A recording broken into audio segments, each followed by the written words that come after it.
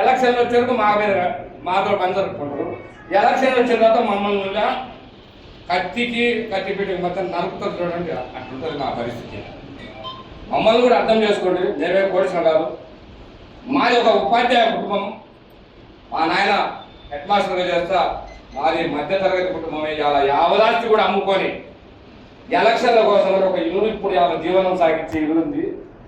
మా గ్రామ ప్రజల నన్ను నమ్ముకున్న వాళ్ళ కోసం ఆ ఇల్లు అమ్మి భగవంతుడు అవకాశం ఇచ్చి మా గ్రామ ప్రజలు వచ్చే మళ్ళీ నిలబడాలనే ఉద్దేశంతోనే ఆ ఇల్లు ఒకటి పెట్టుకున్నాను. మీరు మాకు న్యాయం చేయకుంటే ఆ ఇల్లు ఎలక్షన్ దాకా ఉండదు. నాలాగే రాష్ట్రంలో చాలా మంది సర్పంచులు ఉండరు, మిరపకాయ కోతలకు పోయిన వాళ్ళు ఉండరు. నేను నమ్మే చిన్నపూరు బాలస్వామి సాక్షి చెప్తా, సాయంత్రం ఒక్కొక్క రోజు అన్నం తినని పరిస్థితులు ఉండి అలా తెల్లగుంటేంటే ఆ సర్పంచుకున్నందుకు ఆ విలువ కాపాడుకోనికే ఈ డ్రెస్ చేస్తుంటాం. పొట్టవి పిలిచే పురుగులుండు, మేలి పండు కూడా మేలిమయ్యుడు, అట్టుంది మా పరిస్థితి. మీరు అర్థం చేసుకొని మీరు ఏం చెప్తారో ఏమో, మా సర్పంచులకు న్యాయం చేస్తారని. మీ మీద మాకు వ్యక్తిగతంగా దేశాలు ఎటువంటి లేవు. మా పరిస్థితి కూడా గమనించుకొని మాకు న్యాయం మీరు ఏ విధంగా చేస్తారో మాకు న్యాయం చేయాలా. మా హక్కుల కోసం సార్, నేను ఇవాళ నా గ్రామ ప్రజలకు రేపు నెక్స్ట్ ఎలక్షన్కు సేవ చేసేదానికోసమే నేను అనుభవించిన నరకానికి నేను బతికుండా, లేకుంటే అందరికి తగిన సాక్షి నా గురించి రాష్ట్ర సర్పంచులకు న్యాయం చేసేదానికి నేను సిద్ధంగా ఉన్నా. ఆత్మహత్య చేసుకోవడానికి కూడా మమ్మల్ని అర్థం చేసుకొని మాకు ఒక వ్యవస్థ, గాంధీజీ కలగకున్న గ్రామ స్వరాజ్యం సార్ ఇది. ఆయన పైన మహానుభావు ఇంకా 4 రోజులు తెచ్చి ఆయన ఫోటో తీసేస్తారేమో జరగబోయే రోజుల్లో. మీకు కూడా కట్టి మీద సామే, మీ మీద మాకు ఎటువంటి దేశం లేదు. ఏదో ఆ పంచాయతీ సర్పంచుల మీద ప్రతిదీ మాకు ఆ ప్రజలే ఓటేసింది, మేము ఆ ప్రజల చేత ఎన్నుకోబడ్డాం. మేమే కొద్ది గొప్ప తప్పు చేసిండొచ్చు, కానీ గ్రామానికి సేవ చేసినాం.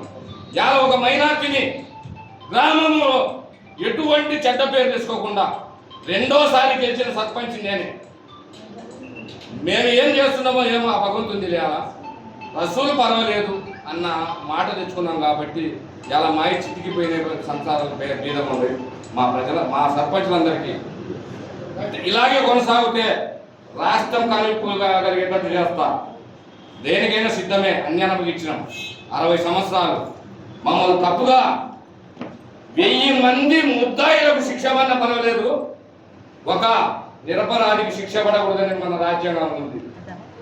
నాకు అన్యాయంగా కేసులలో ఇరికిచ్చి 10 ఏళ్ళ శిక్ష పడిన కూడా భగవంతుడి దేవాలను నేను చేయలేదు. కాబట్టి నన్ను భగవంతుడు మళ్ళా ఈ భగవంతుడి సేవ చేసేదానికి భాగ్యం కలిగించారు. క్యాన్సర్ ఉన్నది సార్, ఈ గ్రామ ప్రజలకు సేవ చేయడానికి నేను ఎన్ని కేడు చేయాలన్నా మంచి చేయాలన్న ఉద్దేశంతో నన్ను భగవంతుడు ఆ రాజశేఖర రెడ్డి నన్ను బతికించుడు.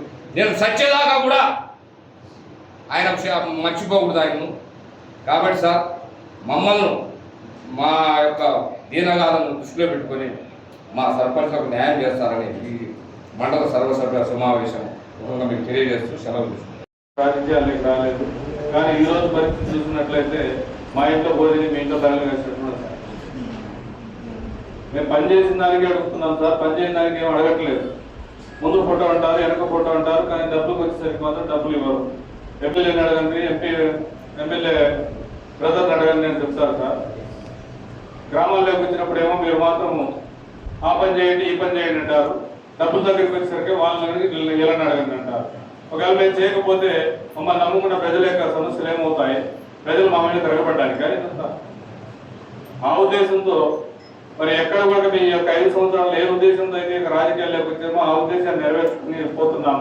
పోయేటప్పుడు ఈ రకమైనటువంటి బాధతో మమ్మల్ని పంపిస్తా ఉన్నాం. ఈరోజు లక్షలు నష్టపోయాం. ఆ ఉద్దేశంలో మేడం గారిని అడిగితే మాకు సంబంధం లేదు, మీరు ఎక్కడి నుంచి చెప్పించుకోండి అంట. ఇది ఎంతవరకు కరెక్ట్ సార్?